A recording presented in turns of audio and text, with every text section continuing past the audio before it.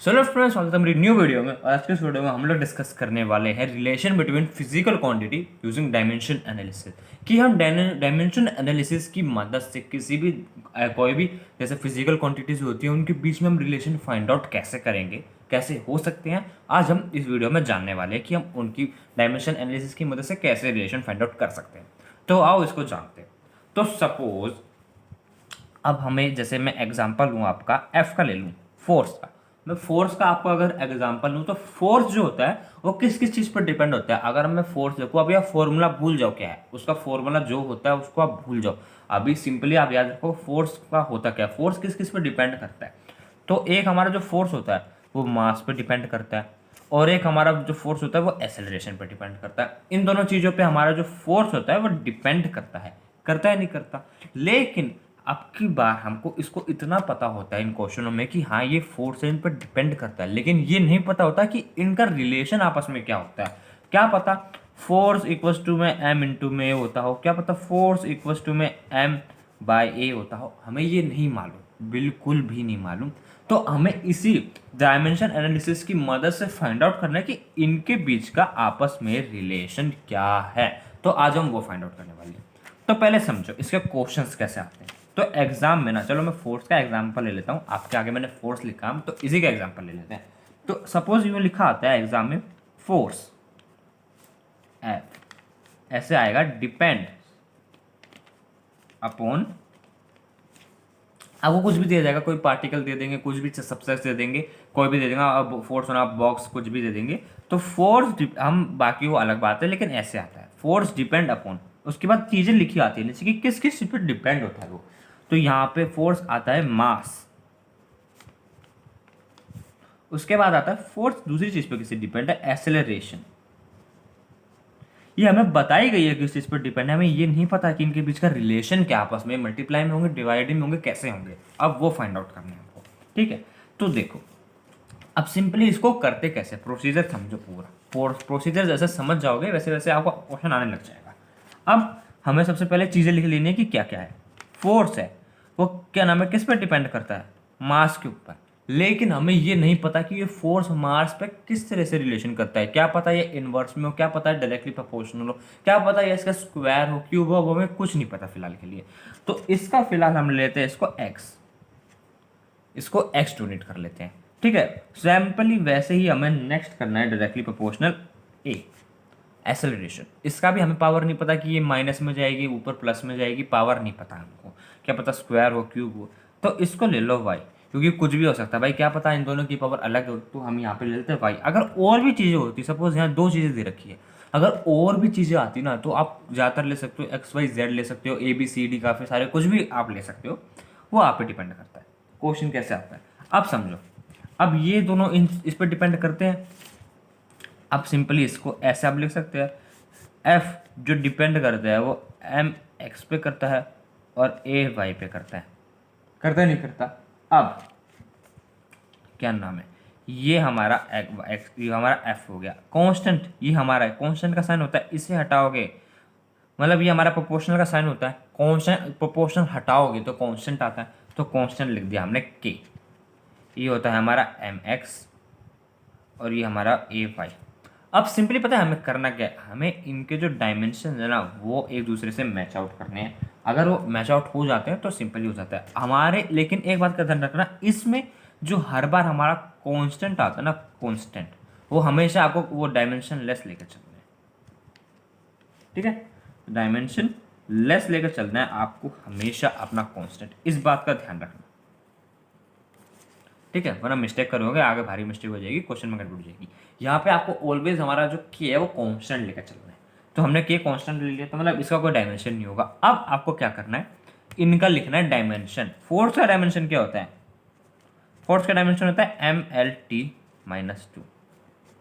ये हमारा फोर्स का डायमेंशन होता है, किसके बराबर है, ये तो डायमेंशनलेस हो गया, तो इसको हम लिखे ना लिखे एक बराबर है एम।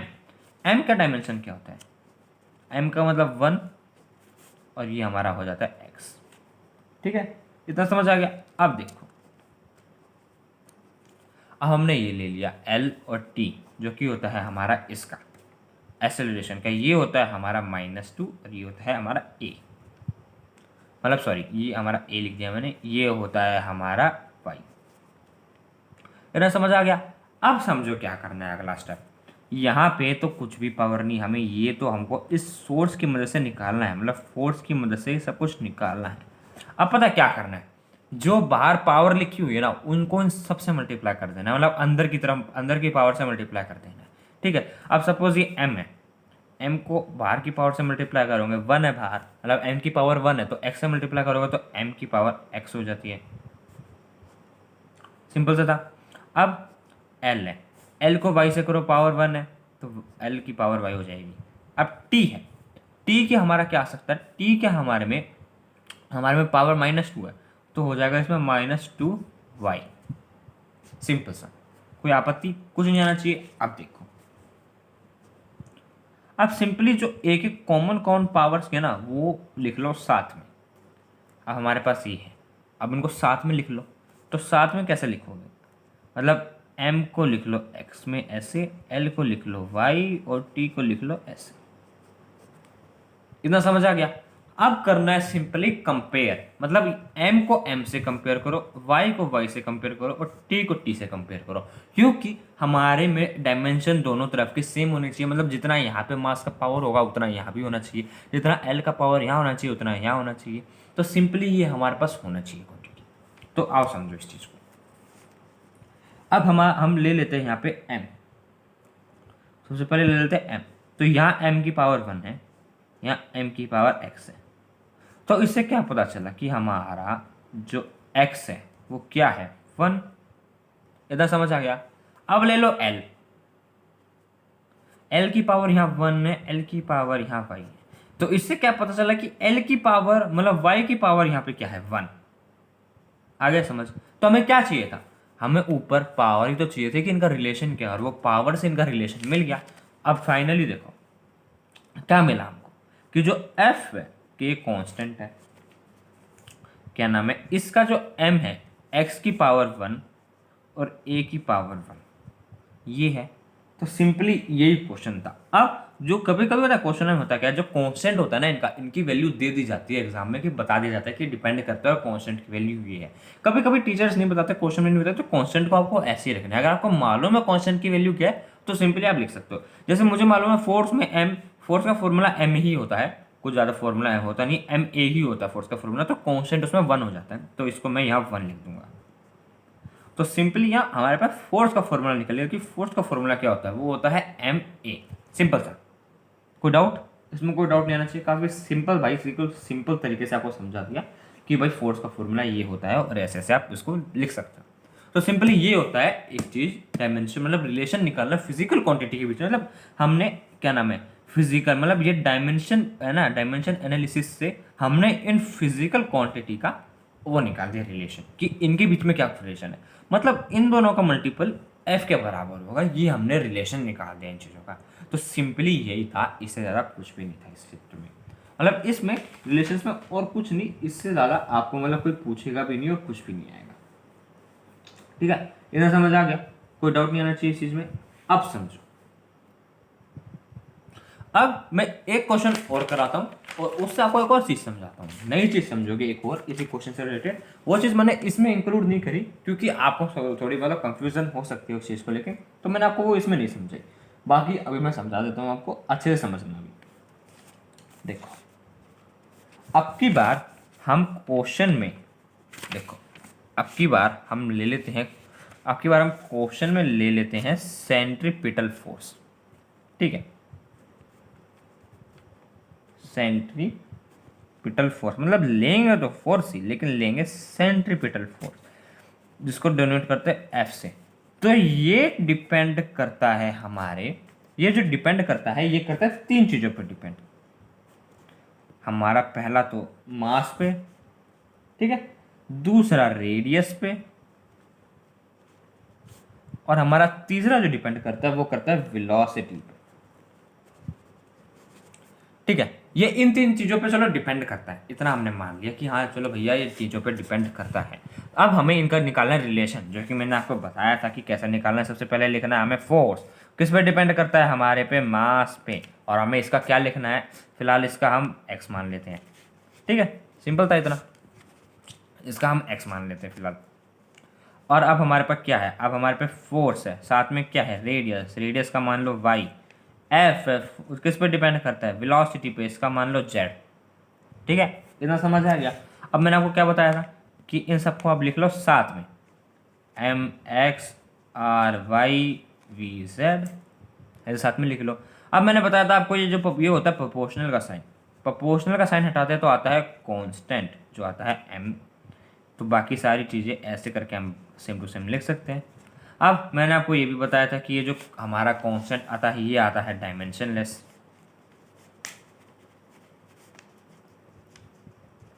तो मतलब इसका डायमेंशन निकालना नहीं पड़ेगा हमको, मतलब तो अब सिंपली अगला स्टेप मैंने क्या बताया था कि अब लिखो हर चीज़ के डायमेंशन, सारी चीज़ों के डायमेंशन लिख दो।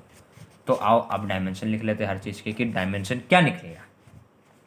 तो देखो डायमेंशन हर चीज़ का कैसे निकालेंगे। अब फोर्स का हमारा डायमेंशन क्या होता है, M L T minus two. ठीक है, M L T minus two होता है। एम मास, मास का वो क्या निकलेगा, एम मास हमने यहाँ पे m1 लिया है और बाकी x।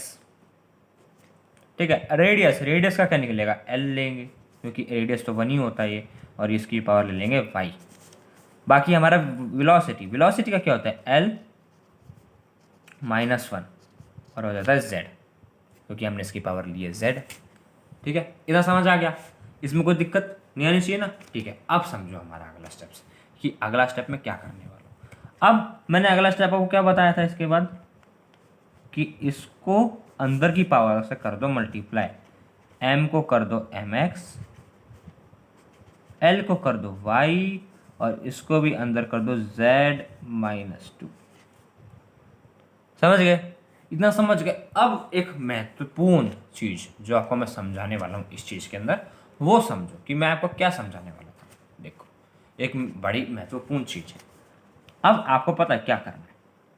आप जैसे कि अपनी उसमें स्क्रीन पे देख सकते हो कि यहाँ पे हमारे पे m तो 1 है, l यहाँ पे हमारे पे दो जगह है, एक हमारे पास वेलोसिटी का l निकला, एक हमारे पास रेडियस का। तो आप ना इन दोनों को लिख लो साथ में, y प्लस z ऐसे, और फिर लिख लो t साथ में, मतलब t तो एक ही है तो वो रहेगा -z। समझ गए। तो सिंपली आपको ये करना है, सपोज यहाँ पे l नहीं होता m होता, तो आप m को भी ऐसा साथ में लिखते प्लस करके, y तो हम इसको लिखते हैं x प्लस जेड, यहाँ पे हमारे पास y प्लस जेड हो गया। तो सिंपली अगर अलग अलग चीज में है, जैसे सपोज यहाँ भी m आता है, यहाँ भी m आता है, यहाँ भी m आता है, तो m को हम लिखते हैं m की power x plus y plus z. बाकी वो पावर पे डिपेंड करता है कि क्या है। सपोज यहाँ पे माइनस है, यहाँ पे अगर ये z है माइनस का होता तो हम यहाँ पे माइनस लगाते y माइनस जेड, लेकिन यहाँ माइनस का नहीं था, यहाँ प्लस का था, तो हमने यहाँ प्लस का लिख दिया। तो सिंपली इस चीज़ को याद रखना, ये काफ़ी हेल्पफुल रहेगा। मैंने पिछले कॉन्सेप्ट में आपको इसलिए नहीं बताई पिछले क्वेश्चन में, क्योंकि आप ज़्यादा कंफ्यूज हो जाते हैं अगर मैं ज़्यादा चीज़ बताता तो। मैंने आपको अलग क्वेश्चन इसलिए कराया क्योंकि आप समझ जाओ। तो आप इसको सॉल्व करने का तरीका देखते हैं। m को m से कंपेयर करो, l को l से कंपेयर करो, t को t से कंपेयर करो। तो l यहाँ पे 1 है, तो देखो m की पावर यहाँ 1 है, x है, तो कंपेयर करेंगे तो x निकलेगा 1। इतना समझ आया। अब फिलहाल हम l को नहीं छेड़ते क्योंकि यहाँ पे हमारे पास है 2 पावर है, तो इसको हम छेड़ते नहीं है। बाकी ले लो z को, तो z में क्या निकलेगा, देखो अगर हम z को लेंगे तो z के अंदर हम t से कंपेयर करेंगे तो t की पावर -2 है, यहाँ पे t की पावर z है। ठीक है, इतना समझ आ गया। तो यहाँ से हम पे क्या निकला कि माइनस z किसके बराबर, -2, तो मतलब z बराबर है 2 के।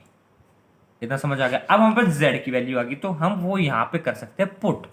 तो अब कर लो इसकी चीज़ को, l इक्वस टू में y plus z equals to में l की यहाँ पे 1, तो कंपेयर करेंगे तो 1, तो ये निकल आएगा, आ जाएगा नहीं आ जाएगा। अब सिंपली यहाँ पे कर दो इसकी पावर, मतलब यहाँ लिख दो इसका 2 और यहाँ 1। अगर इसको मैं यहाँ पे भेजूँ इस तरफ तो -2 आ जाएगा। तो मतलब हम पर y की पावर क्या निकली, y निकला हमारे पास -1। इतना समझ आ गया। आप समझो अगर -1 हम पे निकला तो हमारा जो डायमेंशन है वो क्या बनेगा, देखो f इक्वल्स टू में k कांस्टेंट आ जाता है, m एक्स हमारे पे क्या निकला, एक्स हम पे निकला 1, तो 1 लिख देंगे। आर, आर मतलब वाई, वाई हम पे -1, तो यहाँ -1 लिख देंगे। वी, वी का जेड मतलब 2। तो हम पे फॉर्मूला क्या बना, के इक्वल्स टू में m v square by r. यही हमारे पास उसका फॉर्मूला होता है सेंट्रीपिटल वेलोसिटी, सेंट्रीपिटल फोर्स का वेलोसिटी कह रहा हूँ, सेंट्रीपिटल फोर्स का हम पे ये हमारा फॉर्मूला निकलता है। और हमको पता है के की वैल्यू यहाँ पे हम 1 पुट कर सकते हैं, क्योंकि फोर्स का फॉर्मूला सबको पता है सेंट्रीपिटल फोर्स का m v square by r होता है, तो के की वैल्यू 1 ही होगी यहाँ पे।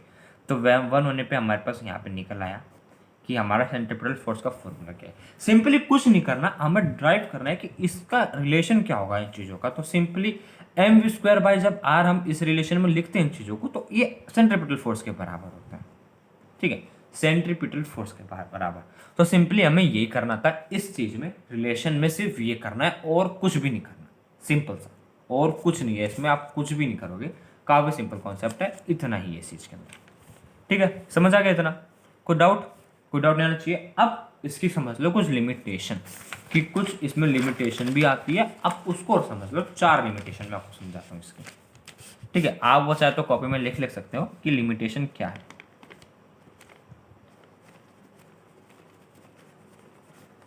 तो समझो पहली लिमिटेशन क्या है हमारी, कि इस चीज के अंदर क्या लिखा है, आप कभी भी जो हमारा जो प्रोपोर्शनल कांस्टेंट है, मतलब ये वाला जो कांस्टेंट है ना, कांस्टेंट, इसका आप कभी भी डायमेंशन पता नहीं कर सकते, इसकी वैल्यू आप कभी पता नहीं कर सकते कि इसमें क्या वैल्यू निकलेगी। सबसे पहली होती है कि इस चीज़ में जो हमारा के होता है ना, इसमें आपको याद रखना पड़ेगा, कभी आप इसकी वैल्यू इन डायमेंशन से, मतलब डायमेंशन एनालिसिस की मदद से आप कभी भी इन चीज़ों की वैल्यू नहीं पता कर सकते कि क्या है भाई कांस्टेंट की वैल्यू क्या निकलेगी। तो सिंपली लिख दो can't find value of proportionality constant. समझ गए? अब समझो दूसरा लिमिटेशन, कि दूसरा लिमिटेशन क्या होता है। कभी भी इसके अंदर हम अगर कोई चीज़ सपोज एंगल की हो, कुछ भी चीज़ अगर सपोज एंगल वैंगल कोई चीज़ इसमें हम पे इंक्लूड हो, तो हम उसका भी डायमेंशन नहीं निकाल सकते, वो चीज़ फाइंड आउट नहीं कर सकते। सपोज हम मैं फोर्स की बात करूँ, एग्जाम्पल ले लो, फोर्स में डॉट प्रोडक्ट जो होता है, तो एफ एक्स बाय कॉस ये होता है कॉस थीटा, अगर डॉट प्रोडक्ट की बात करें। तो इसमें आप ना एफ और एस का पता कर सकते हो कि हाँ एफ और एस इस फॉर्मूले में आते हैं, लेकिन आप कभी भी कॉस थीटा को फाइंड आउट नहीं कर पाओगे, क्योंकि कॉस थीटा होता है डायमेंशनलेस। डायमेंशनलेस चीज़ को आप इस चीज़ से फाइंड आउट कभी नहीं कर पाओगे कि हाँ डायमेंशनलेस भी कोई इसमें, मतलब कॉस थीटा भी कुछ था बिना डायमेंशन, क्योंकि इसमें डायमेंशन है नहीं, तो आप कुछ अंदाजा ही नहीं लगा पाओगे। तो ये इसमें एक लिमिटेशन होती है कि आप कभी भी सपोज ट्रिग्नोमेट्री चीज़ें होती है, इन चीज़ों के आप आपस में वैल्यू फाइंड आउट नहीं कर सकते। तो ये उसकी दूसरी लिमिटेशन हो जाती है। तो इसको आप अपनी भाषा में लिख लेना, ठीक है, मैं आपको समझ देता हूँ, अपनी भाषा में आप लिख सकते हो इसको। चलो तीसरी लिमिटेशन की बात करते हैं कि तीसरी लिमिटेशन क्या होती है। आप ना कभी भी किसी कांस्टेंट है ना, जो डायमेंशनल कांस्टेंट होता है, सपोज जी हो जाता है हमारा, क्या नाम है, डायमेंशनल कांस्टेंट होता है, जैसे कि जी हो जाता है हमारा ग्रेविटी का जी 6.6 वाला इंटू 10 की पावर ये वाला जो होता है हमारे पे, जो भी होता है मैं भूल गया, तो इसकी वैल्यू भी आप कभी फाइंड आउट नहीं कर सकते इस फॉर्मूले से, ठीक है। ये सपोज हमारे पास कांस्टेंट होता है ना, ये कैपिटल जी हमारे उसमें कांस्टेंट में आता है। जब फोर्स को हम ऐसा लिखते हैं, फोर्स डायरेक्टली इक्वल्स टू में m1 m2 bye are square, तो आप इतनी वैल्यू निकाल सकते हो, लेकिन इसके बाद जो ये कांस्टेंट निकल गया ना, आप इसका भी डायमेंशन कभी फाइंड आउट नहीं कर सकते इस चीज़ के अंदर। ये इसकी तीसरी लिमिटेशन आ जाती है, ठीक है, ये इसकी आती है तीसरी लिमिटेशन। अब समझो हमारी चौथी लिमिटेशन क्या होती है। कभी भी सपोज ये फॉर्मूला जैसे होता है, आप सिंपली ऐसे निकाल सकते हो, इसके अंदर m इक्वल्स टू में a, मतलब फोर्स इक्वल्स टू में m ए, ऐसी चीज़ें आप निकाल सकते हो जिसमें कोई प्लस माइनस कुछ नहीं है। अब सपोज s इक्वल्स टू में u t plus half A T square, आप ये चीज़ कभी भी इस डायमेंशन एनालिसिस में फाइंड आउट नहीं कर सकते, क्योंकि इसमें प्लस आ जाता है। आपको हर बार वो चाहे तो इस चीज़ की इक्वेशन देगा, चाहे तो इस चीज़ की इक्वेशन देगा, प्लस माइनस को वो देखेगा ही नहीं कि बीच में प्लस आ रहा है माइनस आ रहा है इस चीज़ की, तो आपको वो कभी बताएगा ही नहीं, कि पता ही नहीं चलेगा कि बीच में कहाँ प्लस है कहाँ माइनस है। वो सिंपली डायमेंशन देता है। मैंने आपको बताया हुआ है कि ये अकेला ईच टर्म का जो डायमेंशन होता है ना वो होता है बराबर दूसरे डायमेंशन के। तो कभी कभी वो ऐसे बता देगा कि एस इक्वल्स टू में यू टी होता है, सिंपल सा ऐसा बता देगा, या फिर एस इक्वल्स टू में हाफ ए टी स्क्वायर होता है, मतलब वो प्लस को देखेगा ही नहीं कि प्लस माइनस कुछ बीच में आए, वो उस चीज़ को देखेगा ही नहीं। तो सिंपली ये इसके 4 लिमिटेशन है जो कि आपको मतलब दिक्कत दे सकते हैं, वैसे आएगा भी नहीं, सिंपल लिमिटेशन आपको एग्जाम में पूछी जाती है। तो बस मैंने आपको बता दी कि आप कभी कांस्टेंट की वैल्यू फाइंड आउट नहीं कर सकते, इससे कॉस थीटा साइन थीटा आ जाए तो वो भी आप डिनोट नहीं कर सकते कि कहाँ पे क्या आ गया। कैपिटल जैसे सपोज किसी का क्या नाम है डायमेंशनल कांस्टेंट आ जाता है, आप उसको भी फाइंड आउट नहीं कर सकते कि भाई क्या है, भाई इसकी वैल्यू क्या है। और तीसरा, आप कभी भी क्या नाम है प्लस माइनस की अगर टर्म्स में आप पे फॉर्मूले आ रही हो तो आप उसको भी कभी भी फाइंड आउट नहीं कर सकते कि यहाँ इसमें कहाँ प्लस आएगा कहाँ माइनस आएगा। वो एक्चुअल आपको एक सिंपल टर्म प्रोवाइड करेगा, एक टर्म प्रोवाइड करेगा, और बस इतना ही था इसमें। लिमिटेशन ये 4 ही है और इससे ज़्यादा कोई लिमिटेशन नहीं है। तो यही था भाई आज का वीडियो, जिसके अंदर मैंने आपको पूरा बता दिया कि रिलेशन आप कैसे फाइंड आउट कर सकते हो, कि किसी भी मतलब फिजिकल क्वांटिटीज के अंदर रिलेशन फाइंड आउट आप कैसे कर सकते हो। और बाकी साथ के साथ मैंने आपको ये भी बता दिया कि इसकी लिमिटेशन क्या है, 4 लिमिटेशन भी बता दी। इसको आप अपनी लैंग्वेज में भी लिख सकते हो, अपनी लैंग्वेज में आराम से कुछ भी लिखो, सिंपली आप ये लिख देना कि मतलब इन चीज़ से रिलेटेड मतलब जो मैंने बताया आप ये लिख देना अपने उसमें लिमिटेशन में। अगर एग्जाम में पूछी जाती है तो अपनी लैंग्वेज में बना के लिख दो, पूरे पूरे नंबर मिलेंगे आपको। ठीक है, तो आज की वीडियो में इतना ही था, ज़्यादा कुछ लंबी वीडियो में बना नहीं रहा हूँ। बाकी आज की वीडियो में इतना ही। आई होप आपको कोई डाउट नहीं रहा होगा। अगर सपोज आपको कोई डाउट और मैं कमेंट सेक्शन में बता देना, मैं आपके लिए फिर से न्यू वीडियो बना दूंगा जिसमें आपको मतलब सारी एक्सप्लेनेशन में दे दूंगा। तो चलो भाई आज की वीडियो में इतना ही, मिलते हैं अगली वीडियो में। अगर आपको वीडियो अच्छी लगे तो वीडियो को लाइक कर देना, चलो सब्सक्राइब कर देना और भी ऐसे वीडियोस देखने के लिए। अभी के लिए मैं चलता हूँ, मिलते हैं अपनी अगली वीडियो में, तब तक के लिए बाय बाय।